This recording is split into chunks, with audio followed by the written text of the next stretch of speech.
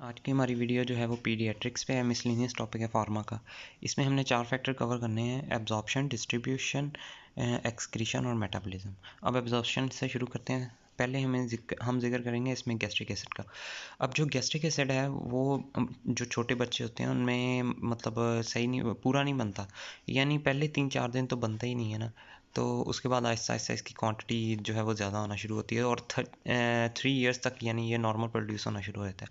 तो जो हम छोटे बच्चे को जो भी एसिडिक ड्रग्स देंगे वो उसकी एब्जॉर्प्शन कम हो जाएगी। फिर गैस्ट्रिक मोटिलिटी है, छोटे बच्चों में जो है वो स्टमक जो है वो इतनी तेज़ नहीं, मोटाइल नहीं होता ना, इतनी जल्दी उसमें मूवमेंट नहीं होती।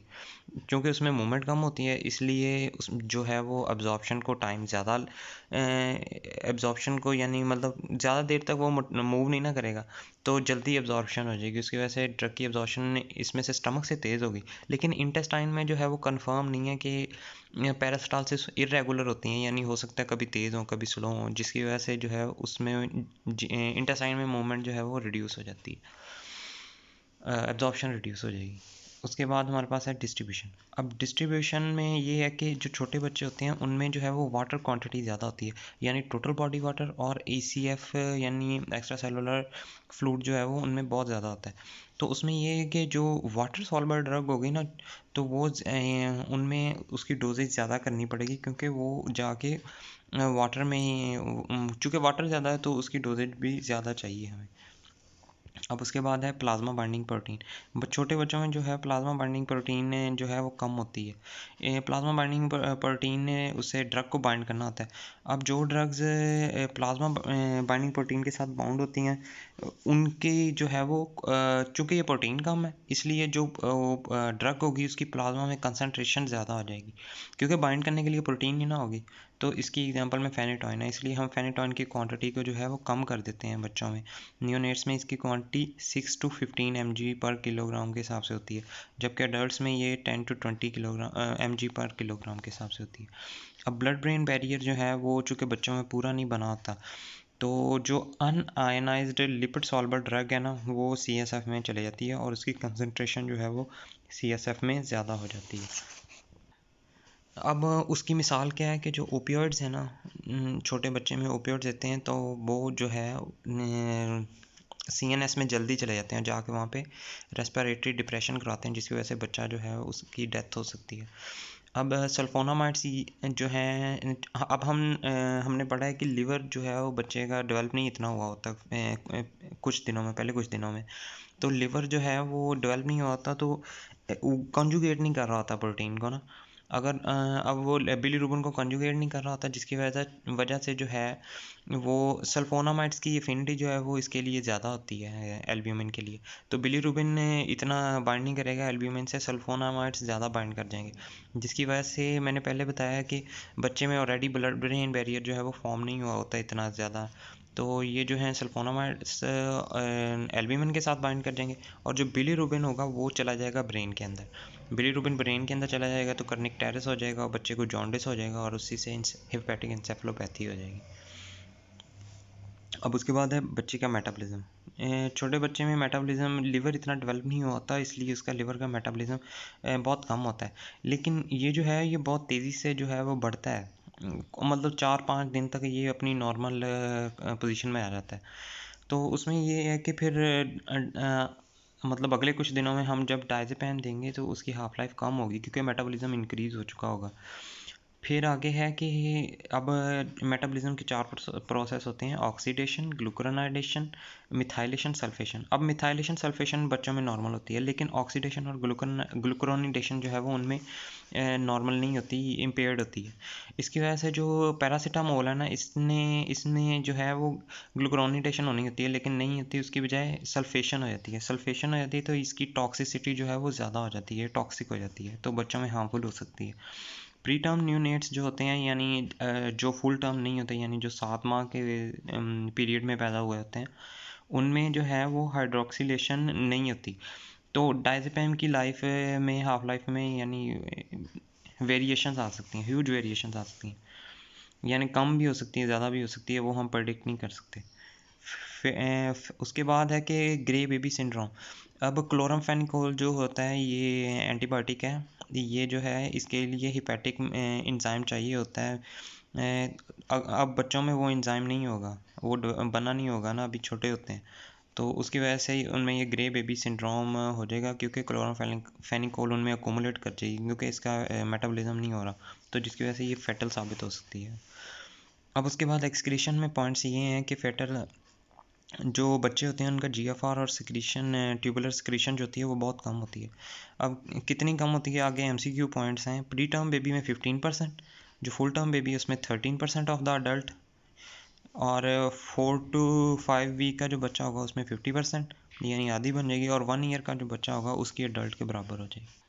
अब है इसका ब्लड फ्लो। अब बच्चों में जो आईवी या आई इंट्रामस्कुलर इंजेक्शन लगाते हैं उसका ब्लड फ्लो बच्चों में इतना ज़्यादा नहीं होता, ख़ास तौर पे जब बच्चा शॉक में हो या सिक प्री टर्म पैदा हो, 7 माह का बच्चा बीमार पैदा हुआ और हार्ट फेलियर में हो, तो उसमें इसकी एब्जॉर्प्शन जो है वो डिले हो जाती है, तो उसमें हमें क्वांटिटीज़ एडजस्ट करनी पड़ती हैं ग्लाइकोसाइड, अमाइनो ग्लाइकोसाइड और एंटी कन्वल्सेंट्स की। उसके बाद जो है जीआईटी जो है फुल टर्म बेबी जो है वो उसमें ना जो है गैस्ट्रिक एसिड प्रोड्यूस नहीं हो रहा होता, फिर कुछ फ्यू आवर्स बाद वो प्रोड्यूस होना शुरू होता है। लेकिन जो प्री टर्म बेबीज हैं उनमें पहले 4 दिन तो एसिड प्रोड्यूस ही नहीं होता, तो उनको फिर हमें एसिड जो है वो एसिडिक ड्रग नहीं देनी चाहिए। अब उसके बाद स्टमक में पहले बता चुका हूँ कि उनमें स्लो गैस्ट्रिक एम्पटिंग होती है, तो जिसकी वजह से एब्जॉर्प्शन जो है वो काफ़ी तेज़ हो जाती है, क्योंकि उनको एब्जॉर्प्शन के लिए ज़्यादा टाइम मिल जाता है, ड्रग को सरफेस एरिया ज़्यादा मिल जाता है। इंटेस्टाइन में इरेगुलर है तो हम प्रेडिक्ट नहीं कर सकते, तो इसलिए उनमें जो है वो एब्जॉर्प्शन आमतौर पर स्लो ही होती है। अब है एंजाइम्स। अब हिपैटिक और जीआईटी के एंजाइम्स कम होते हैं बच्चों में, जैसे लाइपेज कम होगा, माइलेज कम होगा, बाइल एसिड कम होगा, पेनक्रियाटिक एंजाइम कम होगा, तो यानी उनमें कार्ब्स और लिपिड्स जो हैं वो कम डिज़ोल्व होंगे, और ये अप टू 4 मंथ्स तक होता है ये कि उनमें कम डिज़ोल्व होती हैं ये कार्ब्स और लिपिड्स। तो उनमें फिर ड्रग को एडजस्ट करना पड़ता है, जो इसका निमोनिक है कि एस फिनी बारबी। तो ये जो है यानी एसेटामाइनोफिन, फेनिटॉइन और फिनोबार्बिटाल, इसमें जो है ये कम हो जाएगी, मतलब इसकी हमें क्वांटिटी कम करनी पड़ेगी। अब सल्फ डबल डी, डायजेपम, डाइजॉक्सिन और सल्फोनामाइड्स हम नॉर्मली देते हैं। एम पेन यानी एम्पिसिलिन और पेंसिलिन जी जो है वो हमें इंक्रीज़ करनी पड़ती है। डिस्ट्रीब्यूशन में अब ये है कि जो फुल टर्म बेबी होगा उसमें वाटर 10% ज़्यादा होता है एक अडल्ट से, यानी 70 से 75%, और प्री टर्म बेबी में 20% ज़्यादा होगा, यानी 85% तक चला जाएगा। और ईसीएफ मैं पहले बता चुका हूँ उनमें ज़्यादा आता है, वाटर क्वांटिटी उनमें ज़्यादा होती है, तो अमाइनो ग्लाइकोसाइड्स हमें उन्हें ज़्यादा देनी पड़ती हैं, क्योंकि ये वाटर सॉल्युबल ड्रग है। अब प्री टर्म इन्फेंट्स में फ़ैट लेस होती है, तो लिपिड सॉल्युबल ड्रग जो है वो उनमें कम अकोमुलेट होगी। और उसके बाद है हमारे पास प्लाज्मा बाइंडिंग प्रोटीन, ये मैं पहले बता चुका हूँ। प्लाज्मा बाइंडिंग प्रोटीन बच्चों में जो है वो कम होती हैं, जिसकी वजह से ड्रग की फ्री कंसंट्रेशन ज़्यादा हो जाती है और वो बाउंड फॉर्म में कम होती है, तो इसलिए हमें जो ड्रग्स बाइंड करती हैं ना फेनिटॉइन के साथ, उनको एडजस्ट करना पड़ता है, यानी उनको कम क्वांटिटी में देना पड़ेगा। इसकी एग्जांपल्स में लोकल एनेस्थेटिक, डायजेपम, फेनिटॉइन, एम्पिसिलिन और फिनोबार्बिटाल। उसके बाद है अब सल्फोनामाइड कर्निक टेस्ट करवाता है, ये मैं पहले एक्सप्लेन कर चुका हूँ। मेटाबॉलिज्म में वही पुरानी बातें ही हैं कि एंजाइम्स कम हो गए, साइटोक्रोम P450 इतना काम नहीं कर रहा होगा, ऑक्सीडेज सिस्टम नहीं इतना काम कर रहा होगा, कंजुगेटिंग एंजाइम जो हैं वो उनमें कम होंगे, तो इसलिए वो ड्रग की हाफ लाइफ जो है वो ज़्यादा हो जाएगी, क्योंकि क्लियरेंस भी कम है। उसके बाद है हमारे पास, क्योंकि मेटाबॉलिज्म नहीं ना हो रहा, तो हाफ लाइफ कम हो जाएगी और क्लियरेंस स्लो हो जाएगी। अब इसकी एग्जांपल है फिनोबार्बिटाल, जो कि हम ये इसकी एग्जांपल नहीं है, ये एक फिनोमेना क्या। फिनोबार्बिटाल जो है वो हम बच्चों में देते हैं, फिनोबार्बिटाल जो है वो हम मदर को देते हैं। ये फिनोमेना ये है कि फिनोबार्बिटाल अगर हम मदर को देंगे तो वो ना प्लेसेंटा से होके वो बच्चे में चले जाएगी, और अगर वो बच्चे में जाएगी तो बच्चे में एंजाइम्स जो हैं वो उनका फंक्शन जो है वो उनको तेज़ करवा देगी, उन्हें इंड्यूस करवा देगी, तो इससे मेटाबॉलिज्म इंक्रीज़ हो जाएगा। तो वो बच्चा जो होगा, वो जो पैदा होगा, तो उसका मेटाबॉलिज्म मतलब पहले से ही फास्ट होगा, क्योंकि वो अडेप्ट कर गया होगा ना ड्रग को। अब एक्सक्रीशन ये है कि हाफ लाइफ मैंने बताया था कि ये अब टोडलर की बात हो रही है, ये न्यूनेट की बात नहीं हो रही। टोडलर जो होते हैं यानी जो बच्चे चलना फिरना शुरू कर देते हैं, उनमें जो है वो एक्सक्रीशन फास्ट हो जाती है, जिसकी वजह से ड्रग की हाफ लाइफ जो है वो कम हो जाती है।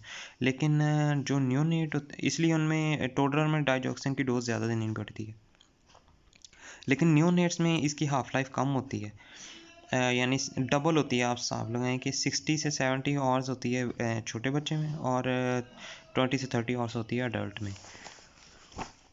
उसके बाद कुछ ड्रग्स हैं जो बच्चों में हम देते हैं। पेटेंट डक्टस आर्टरियोसिस के लिए इंडोमेथासिन है।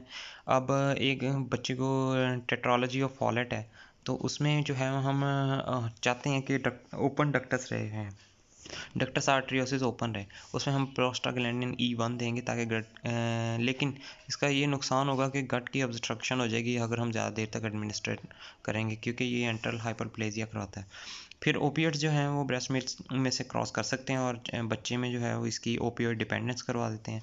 और पी ग्लाइकोप्रोटीन चूँकि उनमें कम होती है, पी ग्लाइकोप्रोटीन वो प्रोटीन होती है जो ब्लड ब्रेन बैरियर से मॉर्फिन जो है या दूसरी ड्रग्स को बाहर निकालती है।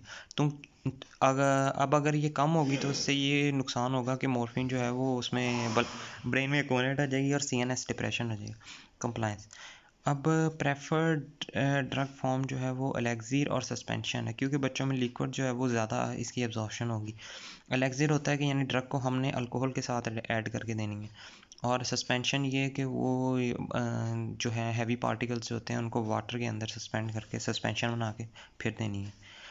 फिर उसके बाद ये है कि जो है बच्चों में चूँकि क्वांटिटी जो है वो एक मेजर्ड क्वांटिटी देनी होती है, इसलिए हम घर में जो है स्पून वगैरह वो नहीं इस्तेमाल करते, बल्कि एक स्पेशल मेडिसिन स्पून होता है या सिरिंज होती है वो यूज़ करते हैं, उससे मेजर करके देते हैं। फिर ये लिखा है कि बच्चों को मतलब जगा के हर 6 घंटे बाद जगा के उनको डोज नहीं देनी चाहिए।